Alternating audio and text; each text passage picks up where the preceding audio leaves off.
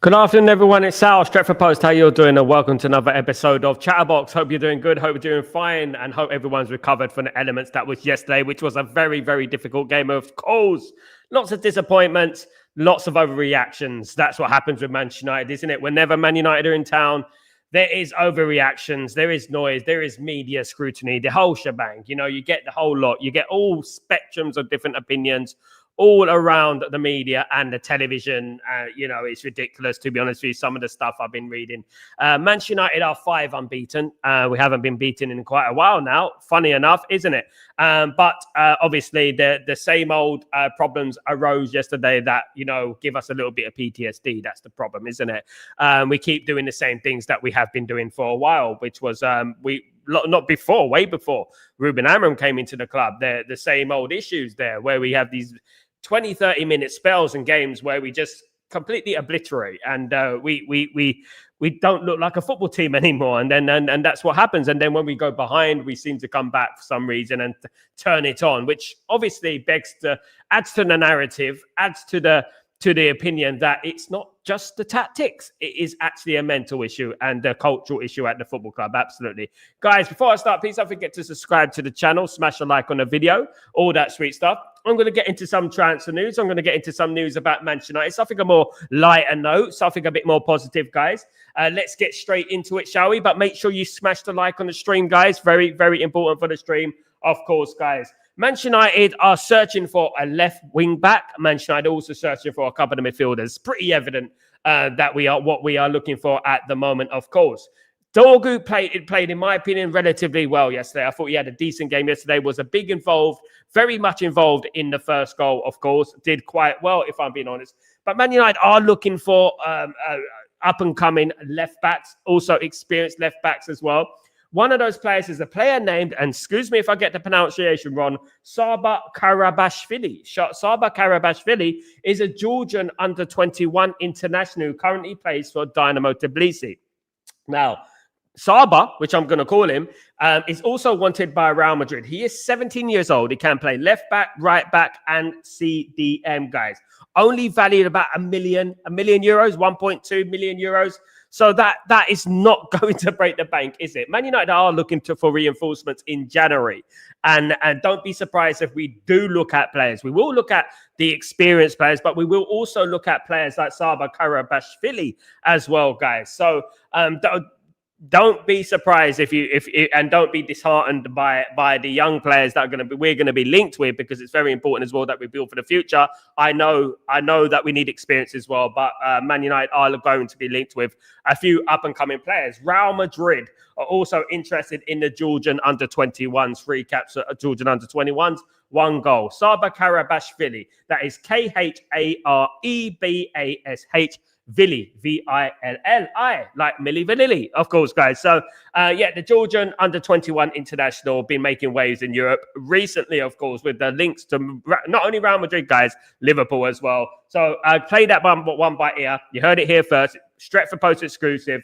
Saba Karabashvili is a player that Man United are also interested in, which he plays on the left-hand side and right-hand side and CDM. So, incredibly talented, incredibly versatile, of course, guys. Now, when we're looking at Premier League proven, Man United in January are looking for Premier League proven players. Believe it or not, Man United want to bring in players that can walk straight into the side and contribute towards us moving up that league and ultimately getting into Europe. One of those players is João Gomes. João Gomes is a player who plays for Wolves. Of course, he is a central midfielder, CDM. One of the long line of great players that have come from the Brazilian club Flamengo, of course. He's got 10 caps for Brazil. He's valued at around 40 million euros, which is about, I say, 32 million pounds. Something around that, 31 million pounds. My conversion rate mathematics isn't perfect, but it is around that. He's 24 years old. Man United are looking at Premier League proven players to bring into the squad in January. And one of those guys is João Gomez. Now, obviously, Wolves are having a terrible time this season. Lost yesterday 3-0 to Chelsea, of course. Chelsea having a little bit of a bounce back. But Wolves look precariously in danger of getting relegated this season. And João Gomez seems like the perfect opportunity for Manchester United to go and get João Gomez, the 24-year-old Brazilian international, of course. And fits Ruben Amorim's style, fits Ruben Amorim's systems to a T, and he would be an absolute steal for Man United at about 32 million euros with the experience in Brazilian international and also the Premier League proven element as well, of course.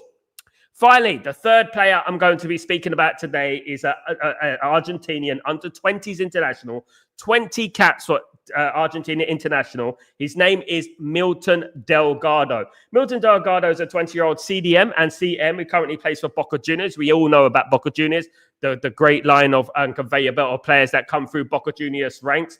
Absolutely incredible, of course, guys. Valued at around 5 million euros. But of course, if Man United are going to be interested, it's going to probably quadruple, if we're being honest, probably be about 15 to 20 million euros.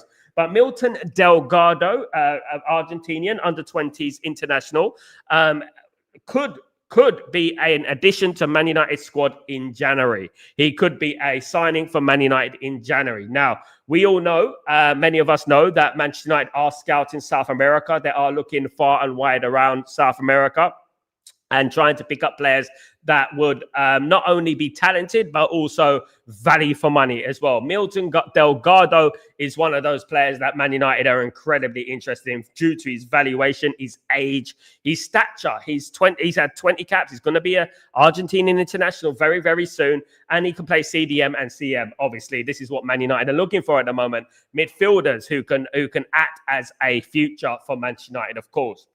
Now, look, we don't have many midfielders. Obviously, Kone is just come back from injury, and it remains to be seen what happens with Kone, right? But there was, in regards to yesterday, and we saw the game yesterday, it was pretty evident that the midfield is the problem. It's pretty evident that Man United have a problem in the central midfield.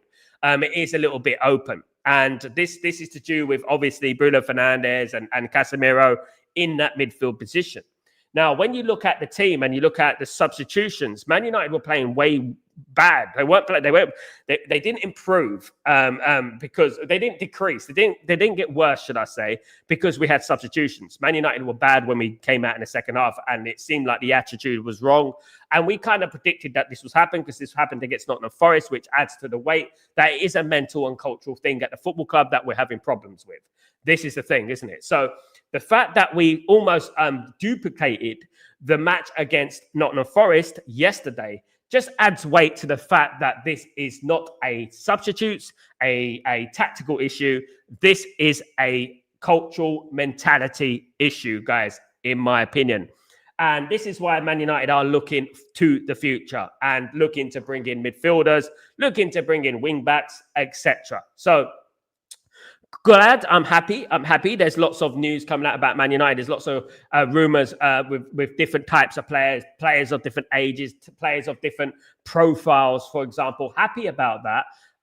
But we also need to understand that we do need an element of experience in this team, especially in certain areas of the pitch.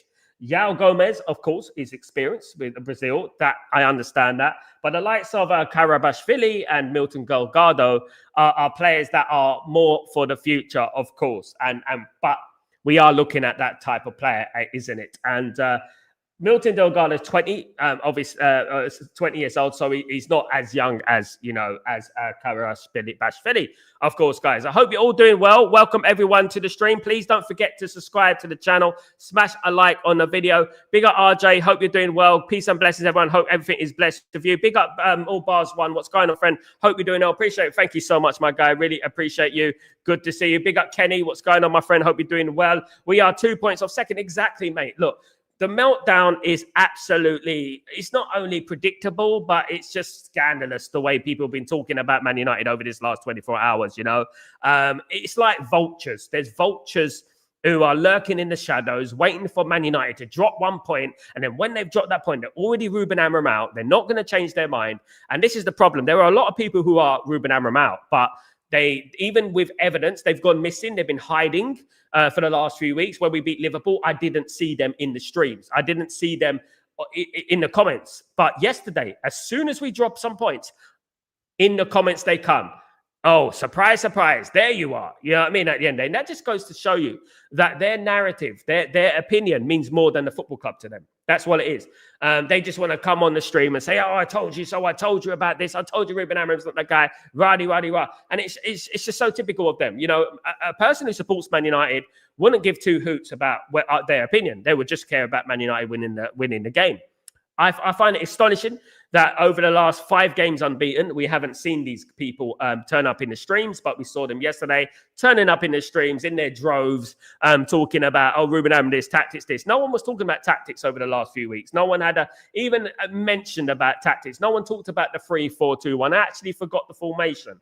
You know what I mean? That people weren't even talking about it. And this is the thing, isn't it? Guys, we are 5 unbeaten.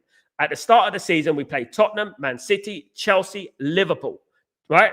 Okay, so at the end of the day, Brighton as well. Sunderland are doing pretty well. You saw them against Arsenal yesterday, of course, as well. So I don't really want, people just need to calm down a little bit. They just need to calm down a little bit, and people just need to hold on to their hats and just be a little bit more patient, mature, should I say. Absolutely. Big up Kenny, by the way. 2 points off second. Absolutely. Big up Stephen. How you doing, my friend? Hope you're doing well. I was hoping for all draws today. Big up, my friend. Big up. Well, Arsenal drew today. Yesterday, Man City against Liverpool tonight, of course, guys. So look, you know what? At the end of the day, what will be will be. I did say that will be a 2-2 draw between Liverpool and Arsenal. A few days ago. Maybe it might be, of course, absolutely. Wesley, Sesko needs time to come from another country. He needs to adapt. Yes, he does. And I spoke about it earlier, Wesley, on the channel. Look, it's not his fault. He's a very talented player. But my advice to anyone coming into this football club, anyone who comes into the Premier League, if you're a striker in particular, the Premier League don't give you time to think, right? And this is one thing I would say, right? He's a young lad. He's going to learn. But the Premier League don't give you time to think. It was a fantastic challenge by Van der Ven. But what you have to do as a striker in England, take your opportunity. As soon as you get that opportunity, take it. Shoot. That's it. Don't second guess it. Shoot. If the goalkeeper makes a fantastic save, so be it. At least you got the ball, you got the shot, and it's on target. That is the most important thing.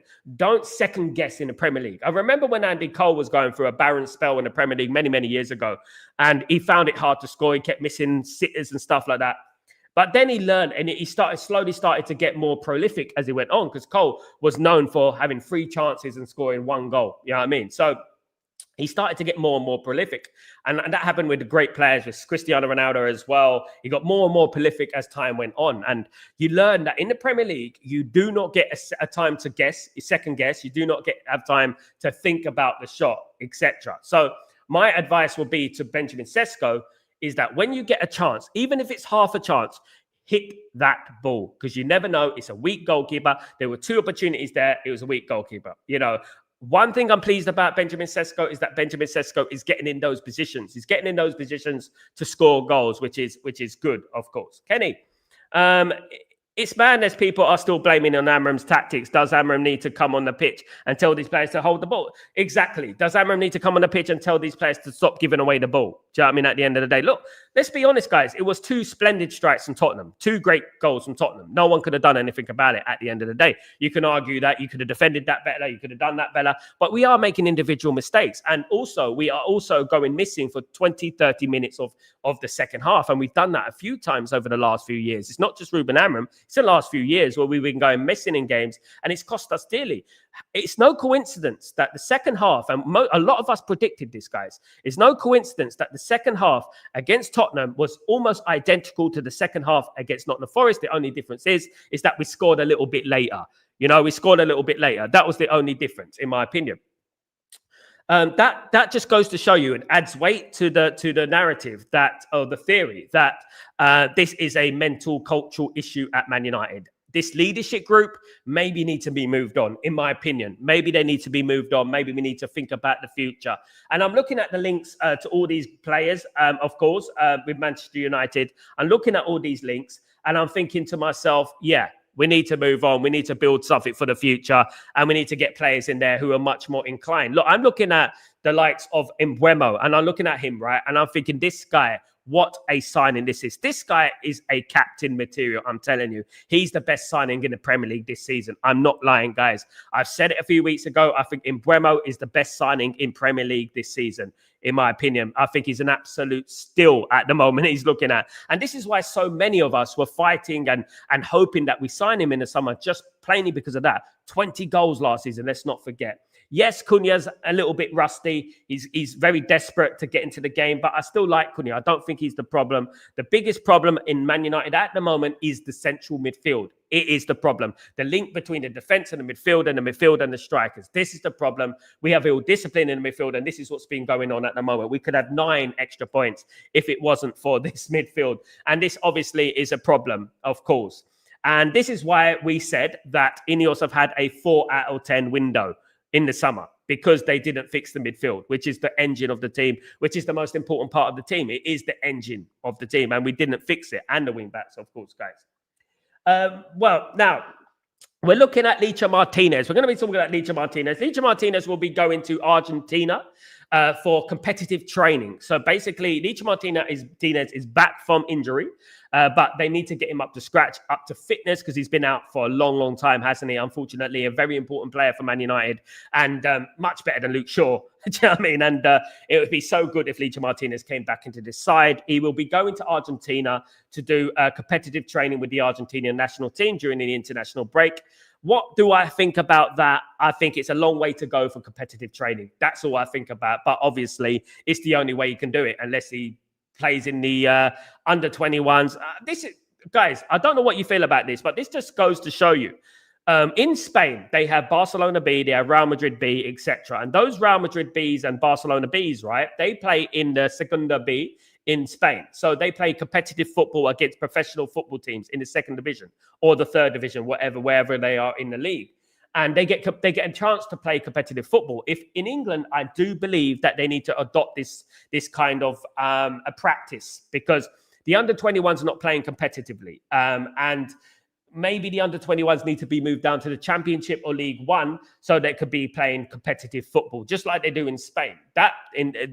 With that, we wouldn't have to send Licha Martinez all the way to Argentina, across the world, to play in competitive training. I mean, to participate in competitive training. It's crazy, isn't it, at the end of the day? So this is why I feel that the league system, the tier league system, it needs to be revamped. There needs to be some more competitiveness in regards to that. And you will develop more players, because it's men's football at the end of the day when you're going down to the Championship and you're going down to League One. And you wouldn't be more inclined to loan players out, etc., of course. Absolutely. RSTC, big up yourself. Hope you're doing well. I think the entire team, not just Esco, was shaking the entire time. That has been going on for years. But Sal, we have Diego Leon already, which he is playing well in training. And Antonio, we need an extra right wing back in midfield. We have Diego Leon, but Diego Leon is working leaps and bounds, but it is only the under 21s, of course. I believe in Ruben Amorim. I think that Dorgu's been fantastic at the left wing back yesterday. As you saw, when Dorgu came off, we went a bit funny. And we also played well when Dorgu came on against Nottingham Forest, if we remember. So I think Dorgu's getting better. If you look at the first goal, it was fantastic from Dorgu, a fantastic run. There were some movements in Dorgu in the game, which were really good. So we shouldn't discount Dorgu. Leon will get his opportunity. Don't worry about that.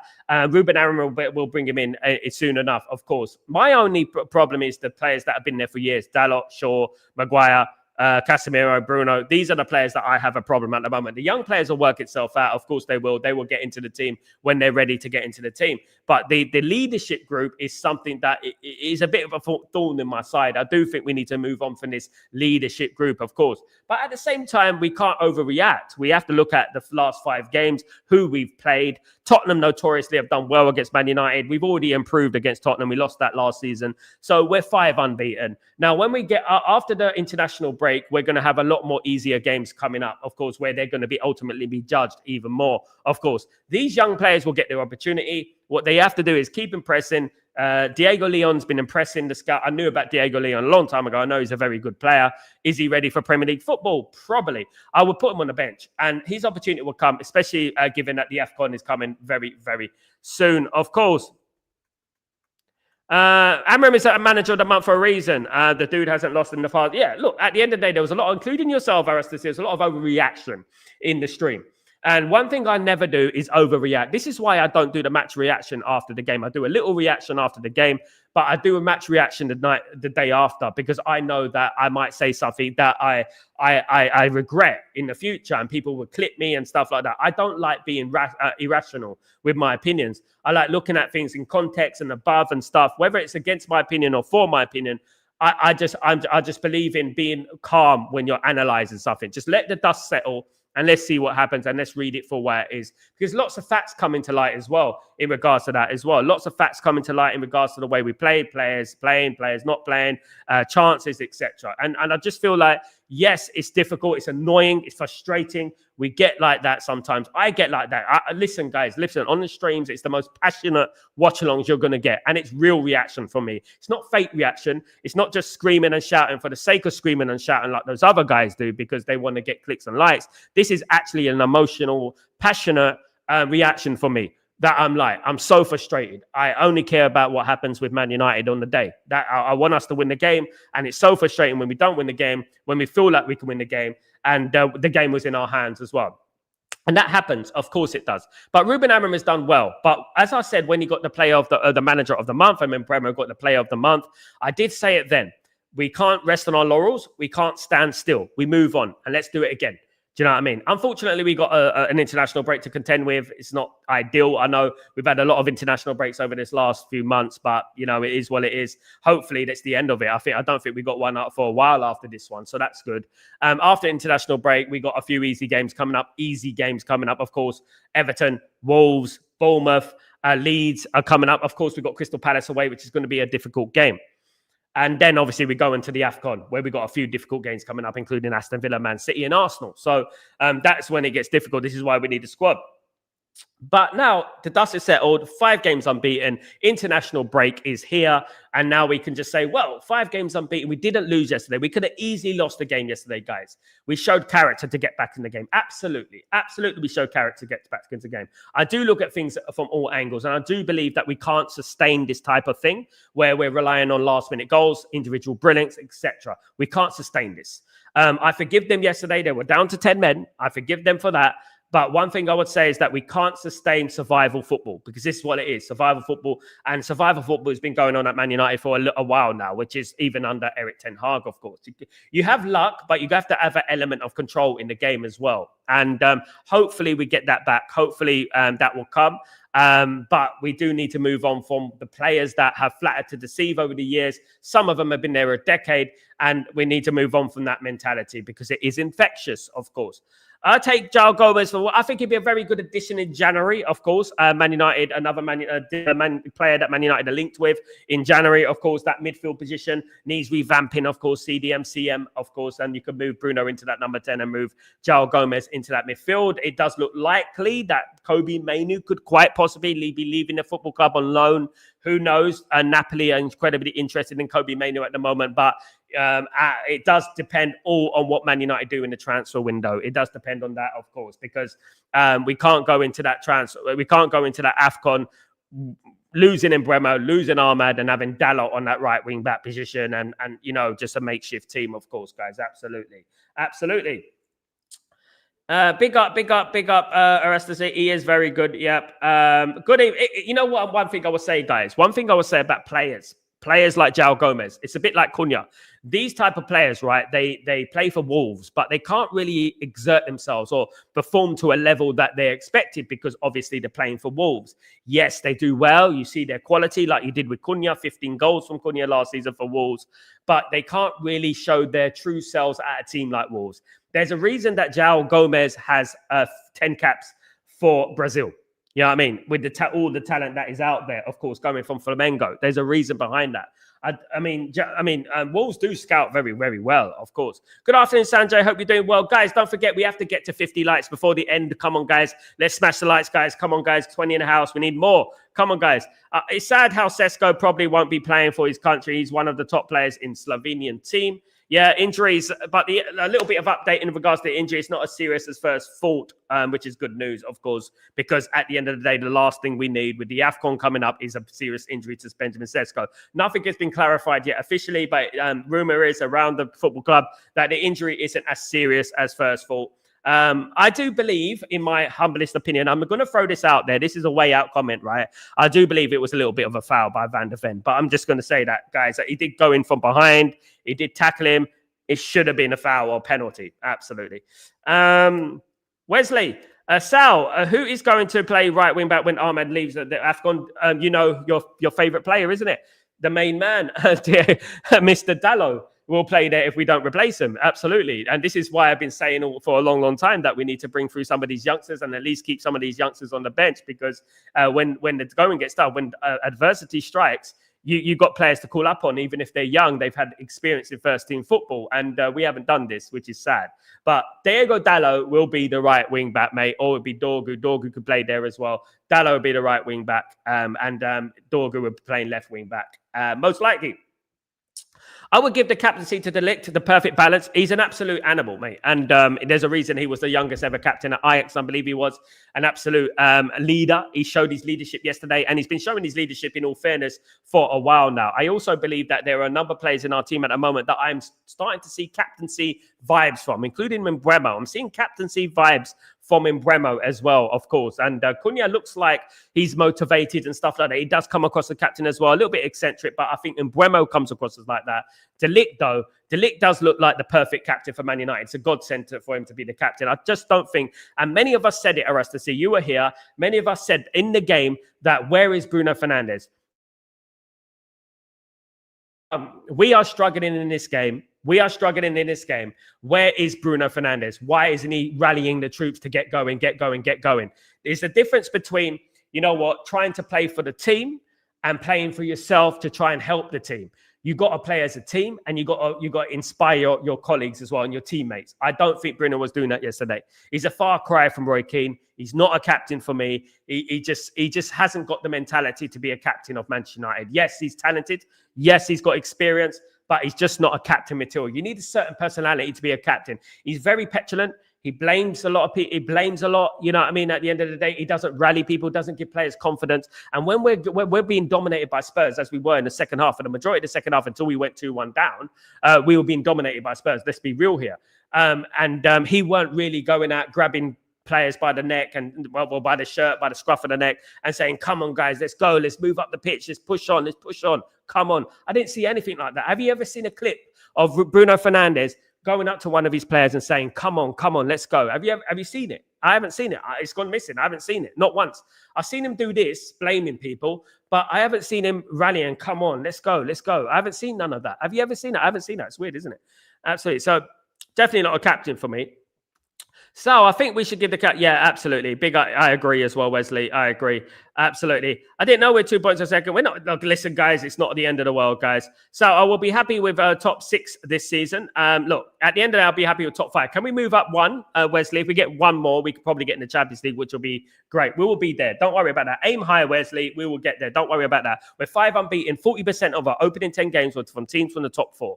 Yeah, at the end of the day. So pound for pound, we've had the hardest start in the Premier League, guys. We've had the hardest start, pound for pound, in the Premier League, right? 1 game at home, 2 away. 1 game at home, 2 away. You know what I mean? So I think we need to believe there are a lot more winnable games coming up, of course, after the international break. So let's see where we are in a month or so's time. And if we are up there at Christmas, I would say that, yeah, look, we got a chance here. You know what I mean? And you never know. The further you get up that table, you never know what you can achieve. And obviously momentum and confidence is a big thing as well, of course. Sorry for overreacting yesterday, so don't worry about it. I understand, mate. We all overreact. We're all human at the end of the day. He is inconsistent. He's playing for Bournemouth, of course. And we're all human beings at the end of the day. We overreact. We want Man United to win. We're frustrated and we're disappointed, obviously. We thought that Man United could win the game, obviously.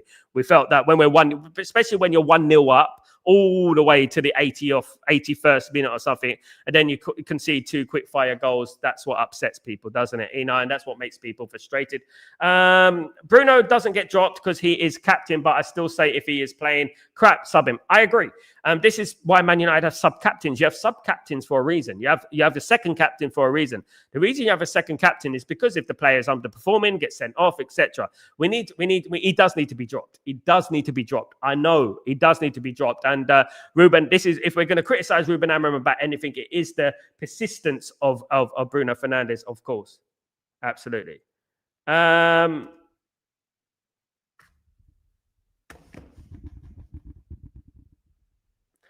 Sal, is Sesko injury bad? No, not at the moment. Rumor is it's not that bad, of course. RJ Dorgu was fantastic. He was RJ. Bigger RJ. It's crazy, Sal. I was thinking the same. Let our reserves play in the Championship or even League One. This is what they do in Spain. This is why Spain produced such a conveyor belt of great young players, because the young players are always playing in competitive leagues. Do you know what I mean? So they're playing in competitive leagues and they're getting experience in men's football, basically. And I think that's what they should do. I don't think that the under-21s there's any point to it, in my opinion. Brentford are tough bastard. Yeah, they're tough, mate. Yeah, absolutely. De Ligt is captain material. Absolutely, Kenny. Sal, we need Martinez back. Yeah, Martinez will be back. I mean, obviously, he's going to the AFCON, of course. So, no, not the AFCON. Sorry. He's going to Argentina, of course, for the friendly with Argentina. But he's going to be a World Cup qualifier, I think it is. He's going to be doing competitive training, which is good for him and it's good for Man United as well. But he is traveling halfway across the world to do it. This is why I said that, you know, we need to have competitive football in the lower league, in the ranks, the under 20s and 21s, etc. Wesley, maybe he will play better if he doesn't have the captaincy, Sal, because I only see De Ligt give motivation in the game. I don't know, mate. I really don't know that. One thing is for certain, you can't remove the captaincy from Bruno at the moment unless you sell him, because obviously it's going to be like, you know, some people don't take it very well. And it does seem like Bruno Fernandes is the kind of player that will take it to heart, not like Maguire. He will take it to heart and he won't be the same player. He shouldn't have been the captain in the first place. I mean, at the end of the day, he's just not got the character to be a captain. There's some people who are natural born leaders. There are some people who are natural born leaders who can rally troops. It's not just being a good lad. It's not just having a crack in the dressing room. It's about influence. It's about inspiring. That is what a captaincy is about. You know, when the going gets tough, you're there rallying your troops, right? You're there saying, come on, lads, push up the pitch. Tottenham are dominating us here. What are you doing? Push up the pitch. Get your foot stuck in. That is what a captain is about. I see Bruno Fernandes, and I think he's playing as a captain because he's got the ability to do something special, because he's got the ability to make something happen sometimes. But in the overall scheme of things, in the bigger picture, he affects the shape of the team and he affects the midfield. Right. And that is a fact. And we were exposed to midfield from a relatively weak Tottenham side again. I just feel like, you know, we need to look at things objectively and look at things from the point of view of what is a captain? What do you want from your captain? We spotted this during the game before Tottenham scored. At the start of the second half, we were like, where is Bruno Fernandes? He needs to get those players. He needs to grab them by the scruff of the neck and say, come on, lads, let's go. Get up the pitch. What you doing? Fix up. And I don't see that from him, unfortunately. I think we need to look at Ballard and McCulley from Sunderland. I don't know, mate. So it amazes me with why De Ligt is not in the leading group. Experience, probably not been there long enough. I don't know, but it's crazy. Leeds are losing. Thank you, Kenny. Leeds are losing against who they playing? They're playing Brighton or something against they? Let me have a look. I think they're playing somebody. Let me just have a look. Let me just refresh this. I'll keep you up to date with the scores as well, guys. Of course. Nottingham Forest 2, Leeds 1. It's Crystal Palace 0, Brighton 0. Brentford 1, Newcastle 1. Aston Villa 2, Bournemouth 0. Of course, it's Man City against Liverpool later on. Of course, guys. Absolutely. Gibbs White scored. Big up, Kenny. Stillen, what's going on, my friend? Are we doing well? Sal, do you think Amorim made too many in-game changes, which momentum of the game? It could be. That could be a point, but so did Tottenham. You know, and you look at Tottenham, and Tottenham made all the changes. It's not Ruben Amorim's fault we don't have the quality. And this is the thing, isn't it? And the problem is that Man United were playing badly. Dylan, what can he do? He can only go into the resources that he has. Man United were playing badly. We can thank that Senny Lamens for saving us many times in the game. He made some fantastic saves in the game. We were playing badly before the players came onto the pitch. Let's be real here. Do you know what I mean? At the end of the day. So I don't think it's Ruben Amorim's fault that the quality he brought on, which none of them are his players, by the way. We have to remember that. Every single player that signed for Ruben Amorim, let's remember this, guys. Every player that signed for Ruben Amorim is brilliant. Apart from Sesko's remain to be seen. I know he's coming on, but I'm looking at Cunha, I'm looking at Mbuemo, I'm looking at Lamens. I'm looking at these players and I'm saying, yeah, they're good players at the end of the day. So the players that come on, it didn't work. And that is what hindsight is. Hindsight's a beautiful thing. The players, it didn't work. It ruined the momentum. But you could see Casemiro was huffing and puffing. He was finished. He wanted to come off the pitch. He was tired. Many of those players were tired. And what can we do? We have to dig into the team. We have to find who's in our squad and bring these players in. But this is precisely what I'm saying. Maybe we need to dig into the youth team a little bit. Maybe we need to bring some of those youth players onto the bench and slowly integrate them into the team so that they can fit into the system a little bit more effectively. Big up, my friend. Semenyo missed a pen. It happens. Big up. Hope Liverpool lose 4-0. That will send us 6th. Big up, my guy. Sal, why are we always tied in second half when we play once a week? Exactly what it is. Exactly what I've been talking about for many, many months, my guy. Exactly the thing I've been talking about Man United. What the problem is at Man United for many, many years, I would say, is that our fitness levels are not good enough. When I was growing up watching Man United under Alex Ferguson, etc., players used to stay behind in training, working on their craft, getting better, getting fitness, getting better. We've got no excuses now, guys, about fitness. We have no games in the midweek. And plus, we've got this state-of-the-art new training facility. So I don't know what they're talking about, not fit enough. Maybe you're just not working hard enough in the gym. Maybe you're not running hard. Maybe you're not doing enough. Guys, I run 5K a day. I run 5K a day. Whether I run outside in the blistering heat or run on my treadmill, I run 5K a day. Right? I'm much, much older than these guys, right, at the end of the day. And I can do it. I probably run more than them in the pitch. You know what I mean? So as I said, when I was at the season ticket at Man United, I saw lots of characteristics with legends at the football club. And I compared these legends to the players of today. When the players used to walk off the football pitch back in the Sir Alex Ferguson days, they were sweating. They were dripping with sweat. I told you guys before, I remember seeing Patrice Evra vomit on the pitch because he was working so hard, running so far, up and down that wing, up and down that left, up and down, up and down. He vomited. He was sweating. The effort he put in. And that's the difference, isn't it? I don't think some of these players give enough. They don't give enough. They don't fight. And this is exactly what I was saying today and yesterday about captaincy, leadership, right? Leadership groups without leadership quality is no point being in a leadership group, isn't it? It defeats it's a contradiction, isn't it, at the end of the day?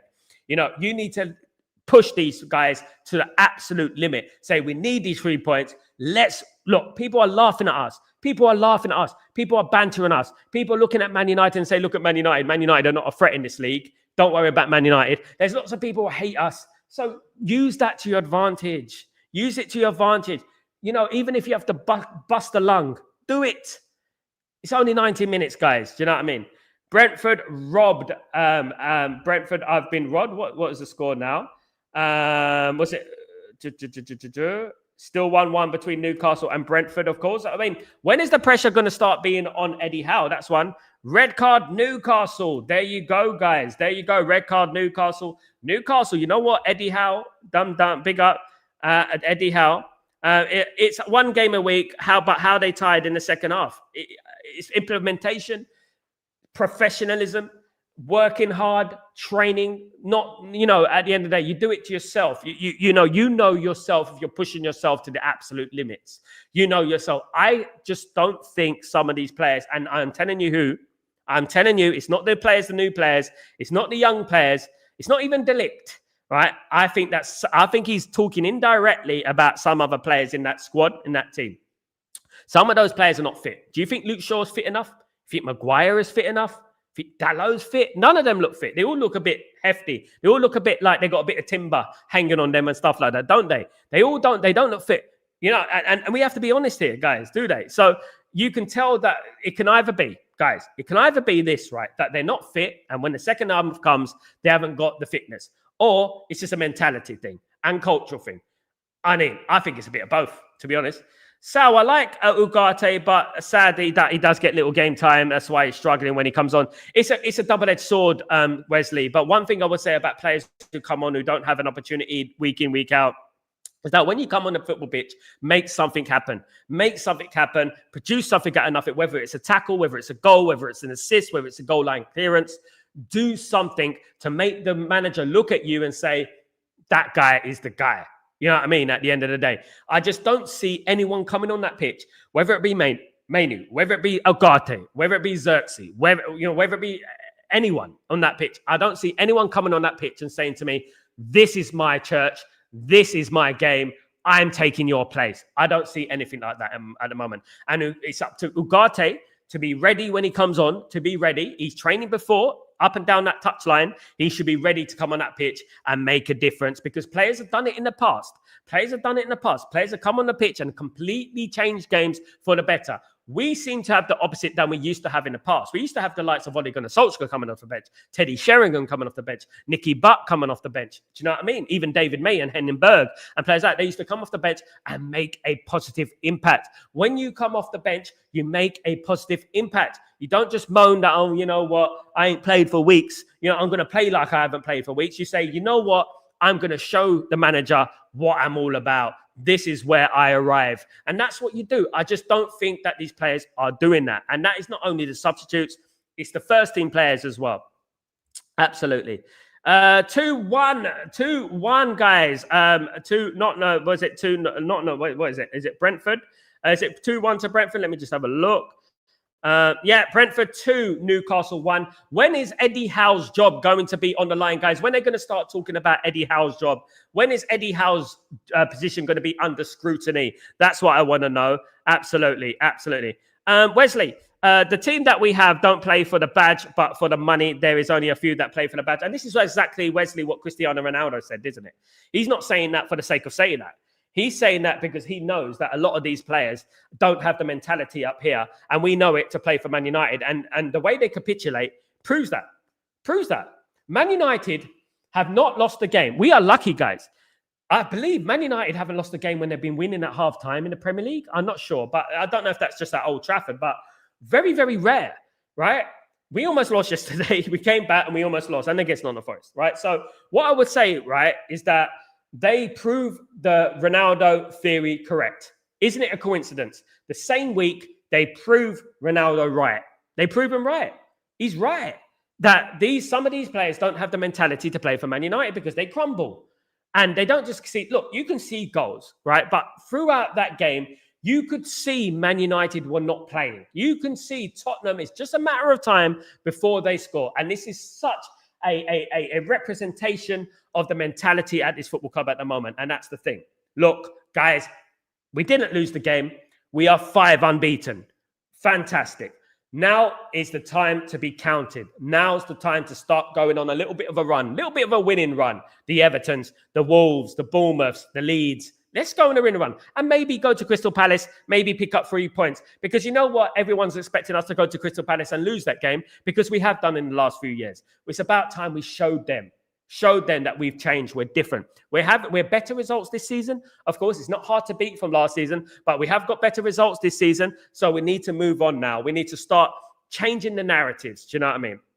And stop doing the things that everyone expects us to do. So do you think Gary Neville comment affected Sesko? No, and it shouldn't do. But Gary Neville just needs to be quiet.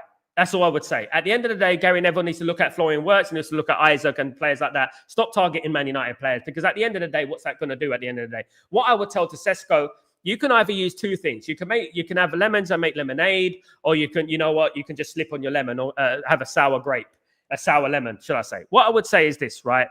You use adversity to your advantage. Alex Ferguson used to do this, right? Before every single game, during training, he would approach a player. He'll go up to the player in private and he'll go, whilst they're training, he'll go, did you hear what such and such said about you? Did you hear what they said about you in the papers? It was papers back then. Did you hear what they said about you in the papers? Make sure you show him at the weekend what you're all about. Make sure you show him. Make him eat his words. That's what Alex Ferguson used to do. This is what we need to do to Sesko. Sesko, people are doubting you, mate. People are doubting you, Benjamin. People are doubting you. People think you're not a good striker. People think you're not good enough to play for Man United. Show them. Go out there and show them what you're made of. Why you started playing this great game. Why did you start playing football? Why are you playing for Man United right now? You know why you're playing for Man United right now. You know why you're playing for Man United right now. There's a reason behind that. Go out there and show them. And that's what I would say. Absolutely. I told you, Sal, Brentford are tough, but yeah, they are, definitely. Wow, 3-0 Villa. Bloody hell. Villa are doing well so far. Who are they playing against anyway? Villa against Bournemouth. Yeah, Bournemouth are not that great away from home. One thing I would say about Bournemouth, guys, is that they're not that great away from home. So I expect Man United to beat Bournemouth. We're playing Bournemouth in a few weeks after the international break. I expect Man United to beat Bournemouth, of course. Sal, you're right. We did not lose when we lead since 2014 against Leicester City. At Old Trafford, we've never lost at all. I don't think we lost when we've been leading at halftime at Old Trafford. Away from home, 2014, absolutely right, which is like 12 years nearly. Yeah, I mean, there you go. Jay Gambino, what's going on, my friend? I'll be doing well. Good to see you. United need a new left wing back, right wing back, 2 midfielders, a striker, and a centre back. I don't know about striker. I believe in Sesko. I do think we need a backup striker if we do need a better striker. But I do think that, we need a left wing back, right wing back, 2 midfielders, absolutely. And centre back, I'm not too sure because I believe in Aiden Heaven, I believe in Lenny Yoro, and I believe in De Ligt. I also believe in Kolungi and Fredrickson and these players as well. If you want to bring in an experienced player at the back, then you can bring in one to come on as a substitute, etc. We've got Licha Martinez back as well. I think the defense is the least problematic position. I think that Ruben Amorim needs to believe in the youth a little bit, believe in Aiden Heaven and believe in the Euro, if I'm being honest. Never targets Liverpool players because Carragher is a slow. Did you see Kenny, the fact that Jamie Carragher has been going missing for the last few weeks when Liverpool weren't winning? As soon as they win one game, you see him everywhere. Do you know what I mean? He's an absolute fraud. Absolutely. But yeah, Gary Neville just needs to leave Man United players alone. You can make your opinion, you can do what you want, but bloody hell, the guy's been here a bloody couple of months, right? He's only played a handful of games for Man United. Just calm down. This is the thing. Diego Forlan went, 15 games without scoring a goal. You know what I mean? We had to give him a ball for a penalty. We all know how good Diego Forlan is. Diego Forlan became a great goal scorer for Uruguay and Villarreal and players like that. He was a good player and Atletico Madrid. He was a good player at the end of the day, but the confidence was drained out of him. And the longer you don't score as a striker, it's a bit like playing in sand. It's like that because it just seems like nothing is going your way. But you just need that little bit of element of luck. My advice to Benjamin Sesko is when you get the opportunity, hit that ball harder than you've ever hit the ball ever in your life and smash it in the back of the net. Don't think about it. Don't second guess. Don't do any of that nonsense. As soon as you get the ball, smash it in the back of the net. That's what you have to do, of course. RJ, big up yourself. A blockbuster game today, so hopefully it's a draw at the MT. I hope it's a draw. I did predict 2-2, RJ. I did predict 2-2, Man City 2, Liverpool 2. I hope it's around that. I hope it is that scoreline. That would be good for Man United, of course, guys. We need to look at that. We need to look at the top, and we need to think about that. Absolutely. We need to look at the top and say, we need teams to drop points. We drop points. Other teams are dropping points as well. Everyone is dropping points. The league is so tight at the moment. I don't know what the league looks like at the moment. Let me have a look. So the league, we're looking at the league at the moment, guys. Let me just refresh this. So we're looking at the league at the moment, okay? So Man United are 8th, right? We're 18 points, okay? Yes, we are 2 points from second, right? Look, guys, this is what we're talking about here. Do you know what I mean? At the end of the day, this is how close the league is. We're 8 points from top, okay? 8 points from the top. We lost an 8-point lead with a month to go when Man City won the league in 2012. An 8-point lead. That is how things can swing. This league, right? Man United would be top right now if we won the games we're supposed to win. Of course, if we held on against Tottenham, if we held on against Nottingham Forest, if we if we scored the penalty against Fulham. Be way up there, guys, and obviously the Man City game, the Arsenal game, which should have been a foul on in there as well. Be way up there, guys. Look, we are actually joint 5th. We're 1 point from 4th, guys. So, and look, anyone can win in this league. This league is well open, of course, guys. So that's what I would say. Of course, Sal, I see how Alan Shearer criticised Sesko. So I see how allow Alan Shearer. Alan Shearer is bitter about Man United from the time he didn't sign for Man United. That's why we got a song about him. Because he's bitter about Man United when he didn't sign for Man United, and Man United had their most successful period ever. And we had Ole Gunnar Solskjaer, and we know what happened with Ole Gunnar Solskjaer, don't we? Ole Gunnar Solskjaer scored us a winner in the Champions League final, which Alan Shearer can never say, of course. Ephraim, big up yourself. Sal, I think Sesko has to start big game. Also, I think he's good enough to lead the line against big games. I agree. We need to show confidence in him. It obviously doesn't work with a false number 9. I've been saying that for a long time. Unless it's Mason Mount, I don't think Cunha plays well in that false number 9. I said it before the game. I'm not a fan of the false number 9. I'm not. Especially if it's a player that can't really play that position, well. Mount plays it okay. He does, but I don't believe in a false number 9. I really don't. I think you just have to play a striker up there, believe in a striker, input confidence in your striker as well. Give your striker confidence and say, listen, mate, this is you. This is what you're all about. This is what it's all about. Go and score some goals, my son. Absolutely. Did Haaland ever score at Anfield? I don't think so. I'm not sure. Guys, look, at the end of the day, Man United have shown their capabilities when they went to Anfield and won.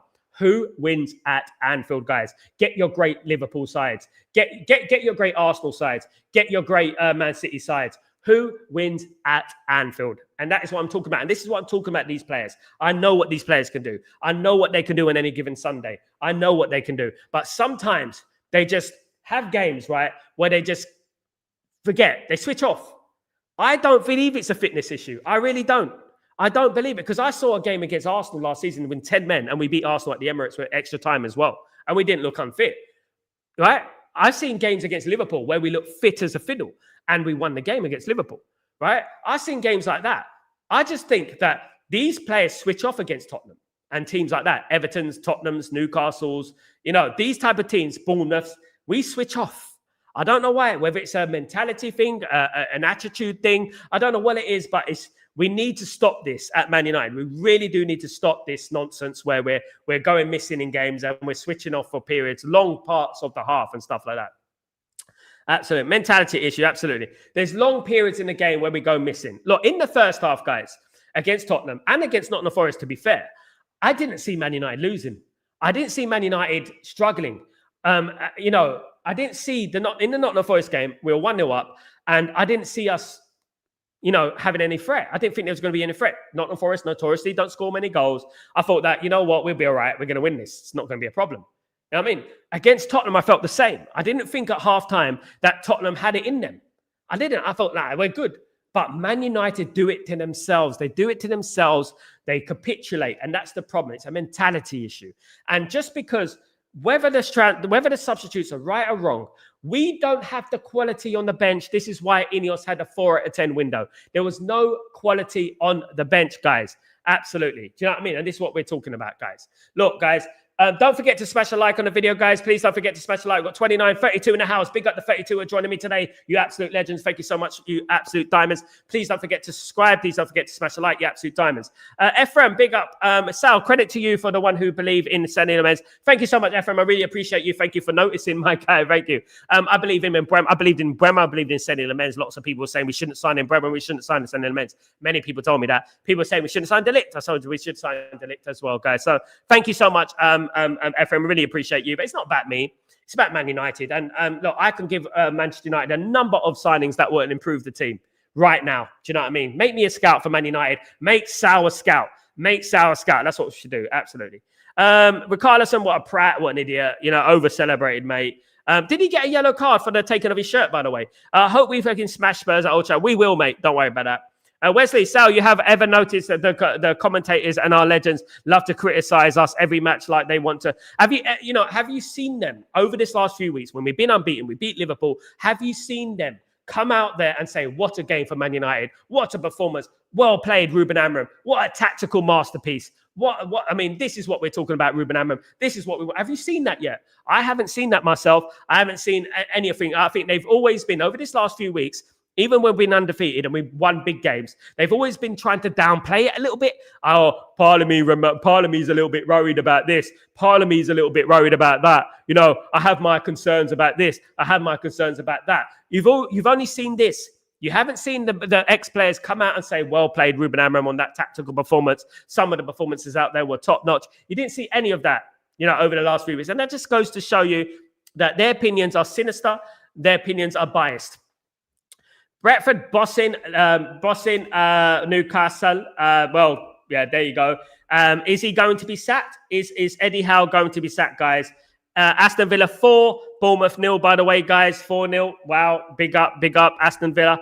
11 minutes extra time at Brentford. Wow. They do get a lot of injury time at Brentford, don't they? Big up, Darren. You wasted 4 points, Sal. Can't afford to chuck away half-time leads. We can't, but that is down to the players because it's been going on at Ruben Amorim for a long... not Ruben Amorim, Eric Ten Hag as well. The same thing where we switch off in games. This has been the problem for a number of years now. This is a cultural problem, a mentality problem. We have to look at things from the perspective of like, who are the players that have been there a long time? These players are flattered to see for a very long time. You can blame fitness. You can blame everything. I just think that they ain't got the cojones. They ain't got the bottle to go out there. We haven't got a captain. And that's what I would say. We need a captain. We need a leader. You know, we need a leader in this team. I don't think Bruno Fernandes is the leader. I'll be honest with you guys. I don't think Bruno Fernandes is a Manchester United leader. I think he's a good player. No doubt about it. I don't think he's a number 8. I think he's more of a number 10. But I don't think he's a leader. I think he's one of the worst captains I've ever seen. Honestly, I would not want to be playing under Bruno Fernandes, Darren. Absolutely not. You know what I mean? We could bring in any manager you want. Ancelotti, Klopp, whatever you want to do. These players, some of these players, when the going gets tough, the adversity strikes, they let you down. And that's what they do. Everton are so overrated. Big up, RJ. Yo, Sal, big up, William. What's going on, William? Logan, how you doing? Well, my friend, hope you're doing good. Good to see you, mate. Everton should be relegation battle. They're doing all right this season for their standards. We'll beat Everton. I mean, let's hope so, mate. Let's hope so. Look, these are the games that we've got to step up. They're the games that we got to step up, of course. We need to Roy Keane in that dressing room. Keep saying absolutely, William. And we've been saying it for years, haven't we, mate? We do need Roy Keane. Roy Keane does need to come back to Man United. Ephraim, so do you think Bruno? I think Roy Keane would absolutely, he would give it to them 100% if he still got it, of course. So do you think Bruno and Cunha will work at the same team in a long run? I don't think that. Look, I give you a scenario. I think that Bruno Fernandes, there's 2 things that could happen to Bruno Fernandes, right? I'll give you 2 things that I think could happen to Bruno Fernandes. Bruno Fernandes could stay at Man United forever, or Bruno Fernandes could leave in the summer. That is what I think about Bruno Fernandes. I'm not in the between, forever or in the summer. I think we need to move him on. I just do. I know he comes out of moments of brilliance and stuff like that. I just think Man United need to move on and think about the system, think about the team, think about the balance of the team. That's what I think Man United need to do, right? We need to stop relying on Bruno Fernandes, and that is it. It's not working, guys. It's just not working. And when the going gets tough, the tough don't get going. Certainly not with Manchester United and Bruno. You know what I mean? At the end of the day, we've been plucked out of situations, of games this season, and we need more leaders in that team. You know what I mean? William, I totally agree, Sal. Roy would sat there, would sort their mentality out. He wouldn't take any no for an answer. He wouldn't take any crap. That's exactly what we're talking about. He wouldn't take any crap. Do you know what I mean? At the end of the day. So we're crying out for those sort of mentalities. We're crying out for those sort of personalities. Absolutely. We do need these personalities at the football club. Absolutely, guys. Roy Keane is a godsend. I would love him at Man United. But I think he's concentrating more on his media work. I don't think he's really interested in going back into football. Love listening to Roy Keane. He's very honest, of course. He's not like Gary Neville. He's a little bit biased, of course. We know that Gary Neville's biased about Man United. What's wrong with Newcastle? I don't know, mate. Premier League, mate. What I would say, RJ, is the Premier League is difficult. The Premier League is unpredictable. The Premier League is like every team has money these days. Every team. You can't say that you got money now, we're going to win the league. It's like everyone's got money these days. Everyone has world-class players. And if you ain't got given 100%, that's what happens. Roy would probably make them cry. Absolutely. Big up Newcastle. Big up 3-1. Bloody hell. What the hell? Newcastle are losing 3-1 to Brentford, guys. Oh, goodness me. Oh, God. Cheer up. Look, there you go. There's your Alan Shearer. Why don't Alan Shearer talk about that? Why don't you talk about that, eh? Newcastle, my goodness me. Screw them. Screw Newcastle, guys. Absolutely screw Newcastle. Look, at the end of the day, this is the Premier League, isn't it? You have the answer. Look at Sunderland yesterday. We beat Sunderland quite comfortably, to be fair. We beat Sunderland, right? And people were downplaying the fact that, oh, it's only Sunderland. It's only Sunderland. You know what I mean? This is what we're talking about here. We beat Chelsea. We've beaten Liverpool. We've beaten Brighton quite comfortably as well. Do you know what I mean? So this is what we're talking about here, guys. It's not doom and gloom. But obviously the test comes after this international break. This is where the true test comes, guys. After international break, we got a conveyor belt of games that I feel that we can win, and I believe that we will win. I believe that we'll beat Everton. The only difficult game I can foresee that I think Man United will struggle is what we do every single season, which is Crystal Palace away. I think that is going to be the most difficult game in the upcoming games after the international break. Think we'll beat Everton, think we'll beat Leeds, think we'll beat Bournemouth, think we'll beat Wolves. You know what I mean? And then we go from there. I think we'll beat Everton, and then we go from there. Let's see what happens, of course. Newcastle, all that oil money, they're still shy. The thing is because they can't spend that oil money. They've got the FFP and the PSR to worry about, and they got problems with PSR and FFP at the moment. So there you go, guys. At the end of the day, look, the problem with Newcastle, let me tell you something. You could be a big club, and I end on this, right?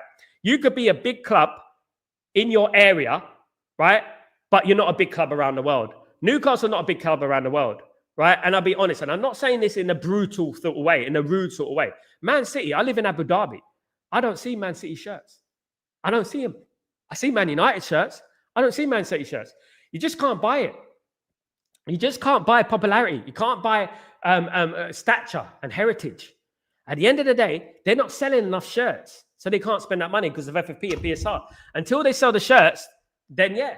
Man United, however, would be able to do it. You know what I mean? If Man United had Saudi owners or Qatar owners, we'll absolutely be killing it right now. I mean, forget about it. Forget about it. Ephraim, Sal, which team in the Premier League surprised you this year? Nobody, really. I predicted Sunderland would do well. And I'm getting it right. At worst, we've been drawing, so not so bad. Yep, we just need to convert those into wins, of course. Especially away from home. We need to win more for away from home. We're drawing a lot. We need to win more away from home, of course. Newcastle are massive in Newcastle. Exactly, Tyneside. Man United is bigger than Madrid and Barcelona. Big up, everyone. Guys, I want to thank everyone for joining me today. Thank you very much for joining the stream, guys. And we'll be back tomorrow for Breaking Dawn & Co. It's going to be a big show, so don't forget to join me for that, of course, guys. And I will let you know whatever other channel I'm on as well, guys. So don't forget to keep it locked on Stretford Post. Don't forget to subscribe to the channel. Smash a like on the video, guys. Let's get to 50 likes by tonight, guys. Let's do that. Let's see if we can do that, guys. I want to thank everyone for continuing. United for life, Darren. Absolutely. Big up yourself. Hope you're doing well, brother. Thank you so much. United for life. We keep it going, guys. We keep it moving. And listen, you never know what's going to happen. Just keep supporting, keep believing. Positive energy. That's all we can say, isn't it? Guys, have a great night, great evening, great morning, wherever you are in the world. I'm Sal Warner, this Chatterbox. See you soon. Peace.